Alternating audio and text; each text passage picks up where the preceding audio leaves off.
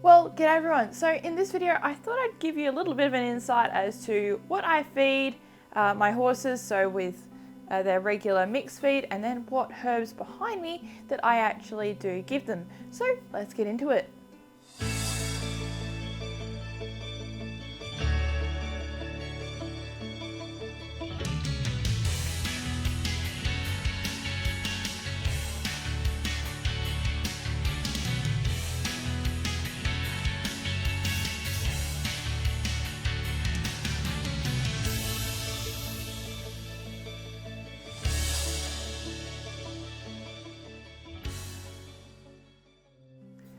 Okay, so I like to colour code everything. Cora's got her grey bucket and Kahu's got his black bucket.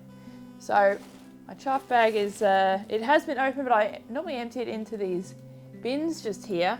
But they are actually both full right now. So I'm just using up this chaff first. So Cora, being an old thoroughbred and hard to keep weight on, I like to give her 3 to 4 large scoops of oaten chaff. And Kahu doesn't really need feeding. He actually holds his weight really well with natural grazing from the paddock, but just so that he has something to have his herbs in, I like to give him a little bit, so he just has 1/2 to 3/4 of a scoop at most of oaten chaff as well. And if you're wondering what my scoop looks like, it's just one that you can get from basically any feed store. I've used this for herbs as well that have a bit of moisture in, and that's what the staining is. But yeah, that's my feed scoop. Now, out of this one, they also get a little bit of loosened chaff as well. So Cora gets a heaped scoop of loosen, and Kahu, again, he just gets just a little bit, just to say, there you go, you've been fed. Now, as for pellets, before I continue here, this video is in no way endorsed by any particular company. These are just the feeds I like to feed. So I like to feed this one for Cora. It is D&G's Aqua pellets. They just seem to, I think they're a brand-based pellet, and they do really well for helping to keep weight on Cora without buying weight gain or old-timer products, which actually cost me more.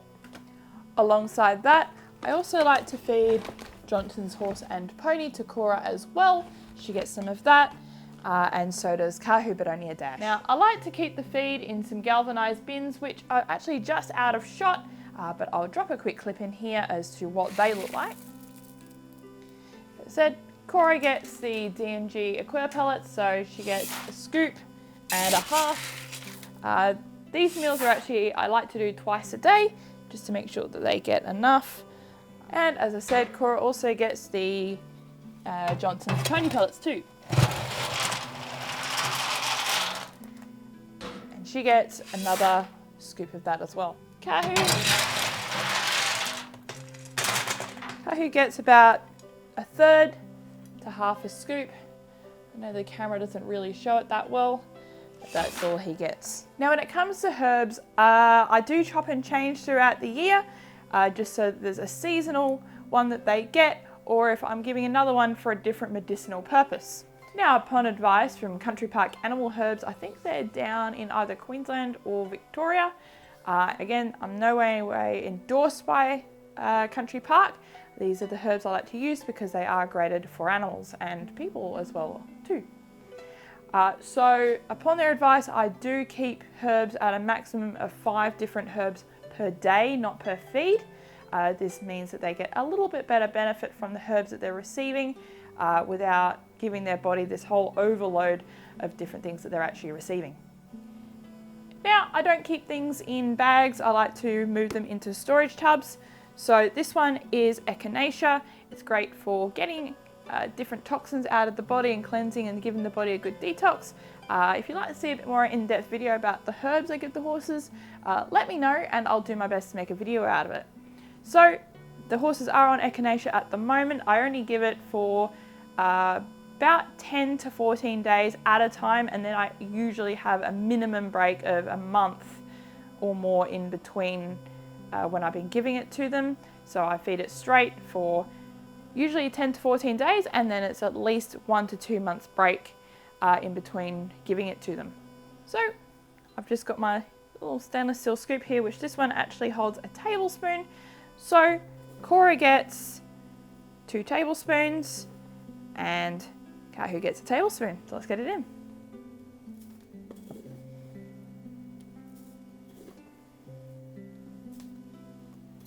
Okay, so that's the echinacea in. Let's get some ginger. So ginger is a warming herb, but it can be good for arthritic horses like Cora. So they don't actually get very much. I've got a spoon in here that I always use. As I said, they don't get very much. This spoon is actually only a half teaspoon or 2.5 mil is about the equivalent.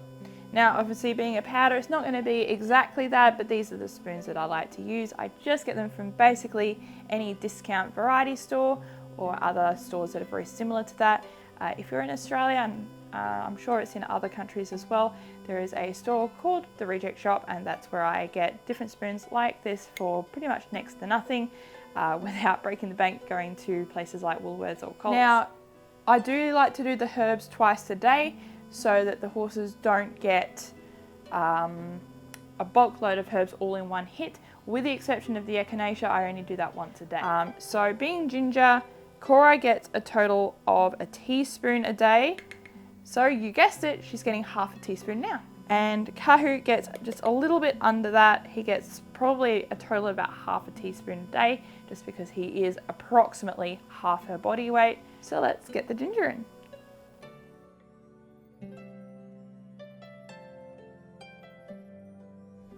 Now onto the devil's claw. So like all the herbs that I like to give my horses, they all have different benefits. And if you'd like to see me make a video on the different herbs, do let me know and I'll do my best. Now Cora, of course, being heavier, she gets more devil's claw than Kahu does. So she actually gets a total of a tablespoon a day. But again, I do the herbs in 2 different feedings. So she gets 2 teaspoons now and she will get another 2 teaspoons later on. And Kahu gets half that amount, so a total of 2 teaspoons a day for him, split between 2 feeds. Let's get him in. Dandelion is another wonderful herb that I like to feed, and again, if you're wondering about how I know how much to give them within reason, on the packets that I get from Country Park, they do actually have a serving guide based on a 500 kilo horse, or around about 1,000 pounds. So what I like to do is I go based off of that, and because Cora is obviously under the 500 mark, I do give her just that little bit less, and then Kahu, obviously he gets about half that amount again because he is roughly half her body weight. So for Dandelion, I like to give Cora, she gets little under 2 tablespoons each feed, so a total of 4 tablespoons in a day. And if you're wondering what Country Park recommend, they actually say a cup for a 500 kilo, but I'm just giving a little bit under that. Here goes the dandelion.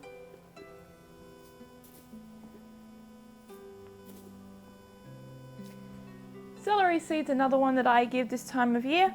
If you're wondering the season of when this video was shot, it's actually very late summer, but I do sometimes alternate in between the seasons in and of themselves and switch herbs out.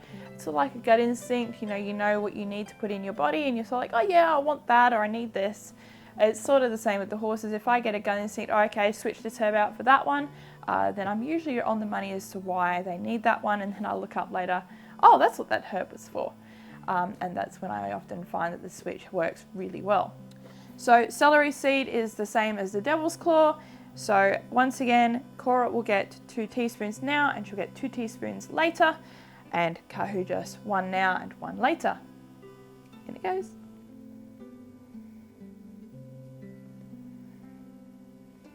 Now the last few aren't herbs, but they are things that I like to add to make sure that they're getting the vitamins and minerals that they need to thrive properly if they're not getting it from the pasture correctly. Just because we do have times of the year where we might get excessive rain, so it might make the grass particularly rich in sugar, which is again why I like to give the echinacea, sort of helps the body regulate better. And also, we get bouts of time where we don't get a lot of rain. So of course the nutrition in the grass is going to drop. They're still getting high fiber, which is great for their gut. but they might not be getting the nutrition that they should be getting, or maybe not getting in the pelleted feed that they get normally. So I like to add other things that can help with that. This is another reason why I like to give the herbs, because different herbs have different vitamins and minerals in them, even if it's only trace, that can be really good for their gut and their general health. So next on the list is limestone. Yes, limestone, also known as calcium carbonate. You can get this at probably pretty much any agricultural store. I've heard about Tractor Supply stores over in the States, but here in my local area, I have a branch from CRT that I get different things from. I'm not really sure exactly how much they're supposed to be getting. I just found a balance that works for my horses. So again, this spoon is only a teaspoon, and both the horses will get a teaspoon now, and they'll get another teaspoon later on. In it goes.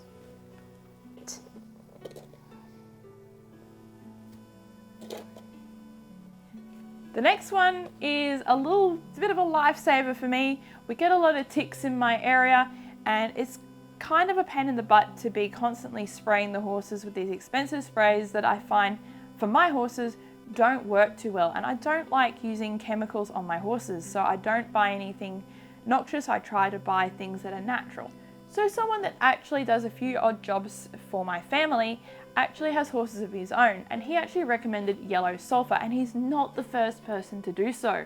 After doing some reading online, I did discover that it can have antiparasitic effects, including, to an extent, repelling ticks.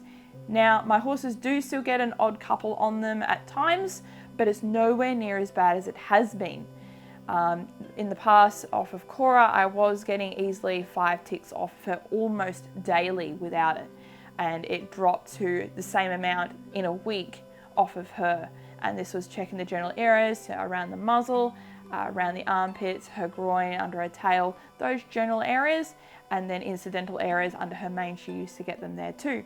But having the yellow sulfur in her diet, I don't have as much of a problem. Now, you don't actually need very much of this. This particular one is a half teaspoon, and they get this each half a day. Feeding more than a teaspoon a day to horses, it's not really beneficial. In fact, you can do more harm than good. So less is definitely more. And I, again, got this dosage both from this gentleman that does some jobs for us, and also from doing excessive reading online before looking into giving it to my horses. So again, they get the same amount for this one. So half a teaspoon for Cora, half a teaspoon for Kahu. Now the last one is a favourite in amongst the equine industry. It's called MSM. Now if you haven't heard of it, its full name stands for methyl sulfonal methane. Now I am no way endorsing this product, but I do love to give it to my horses.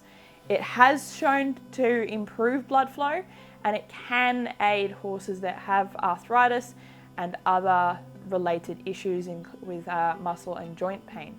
Again, I'm not endorsing this product, and I'm not a vet, but I have found results with my own horses.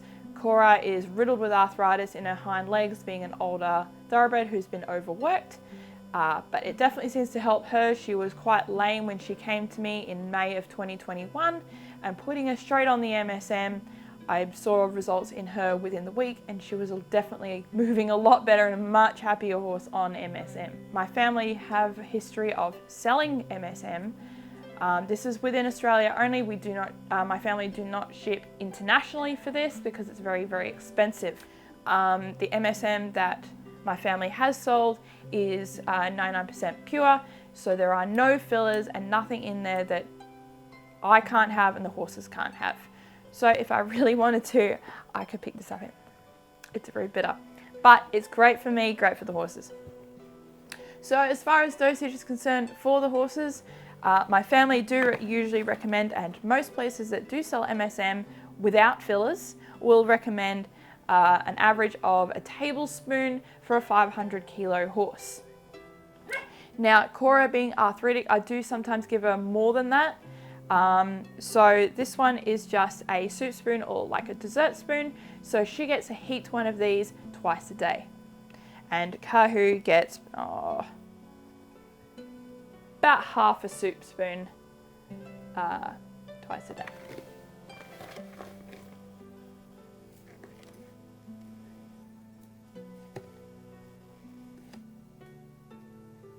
Now the final item on my list is adding salt. At the moment I have Himalayan salt granules that I get again from my local stock feed shop. So let's get that in and then let's go feed the horses.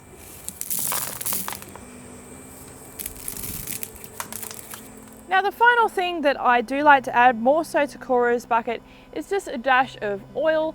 This just gives her body that little bit of extra energy to take food source from, and it sort of helps to maintain her weight just a little bit. There are different oils that people will use with their horses. This time around, reluctantly I had to buy canola oil for them, but it does also help to lubricate their gut, so it sort of helps in a mild preventative for colic, or if they do colic, it's not quite as bad as it would be if the oil wasn't there. So as I said, Cora gets this more to help keep weight on her, just being an older thoroughbred, but Kahu gets a tiny dash, just enough to lubricate his gut.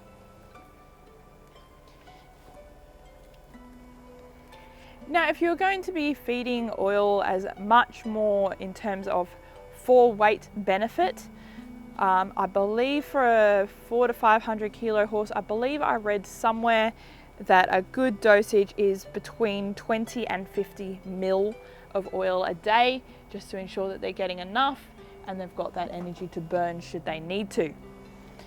So that is all for what I actually put in their buckets. Let's get this wet and go feed them. Now of course you don't have to add water to your horse's feed. I like to, just because of how much water the pellets can actually absorb.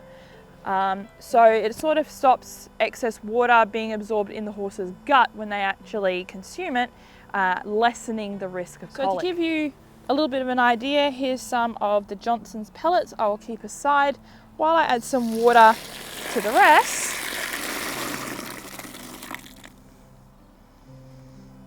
That's the water added, let's mix, and then I'll show you a comparison of those pellets that I kept aside. Okay, so in amongst this wet chaff, you'll see these swollen lumps. Those are the Johnson's pony pellets after they've gotten wet. And here's the pellets before they got wet. So you can see how much water they actually absorb when you add it. So imagine what that's doing in your horse's gut if you don't provide enough water or a reason for them to drink after eating pelleted food like this. Now, as I have mentioned in other videos, Cora does get fed separately in the round yard, just so that she is out of the way and so that the horses don't steal each other's food. Now, although my round yard is sand, that's not ideal for feeding horses. I do know this and I'm a little self-conscious about it, so please don't rag on me for this. But I am actually saving up on some panels to actually put her in a much better area where the lining is actually gravel, or preferably using some rubber matting. So that's Cora out the way, let's feed Kahu. Okay. Anyway, we do a little bit of groundwork each morning just so that he's just keeping up with his basic handling each morning, just because he is so young, and we do the same thing most evenings as well, depending upon what I'm doing and how busy I've been previously. Kahu! Good boy. Now Kahu does do quite a beautiful bow, so let's ask him for big bows. Big bows. Good boy. Good boy. So I do mix up what I do ask of him just to keep it different, so he's not sort of predicting what I'm going to ask him. Good boy. And left. Left. Good boy. And so here I will ask him to stand here while I go put his feed in where I feed him, and then I will call for him or release him.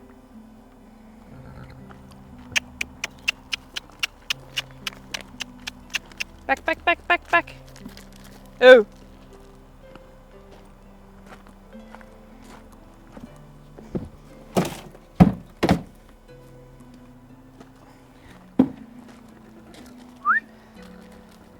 Yes, good boy.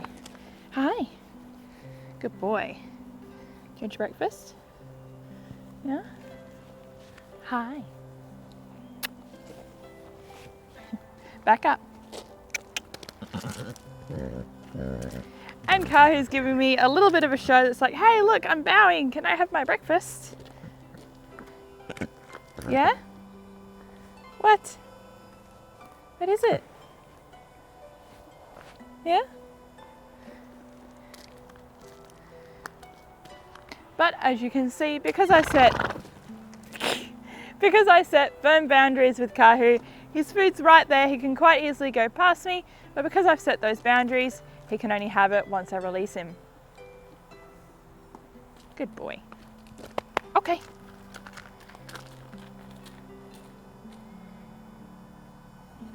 Okay, so that's all for this video, guys. If you were interested in anything that I spoke about in today's video, including the herbs, do let me know. I'll do my best to make a video out of it for you.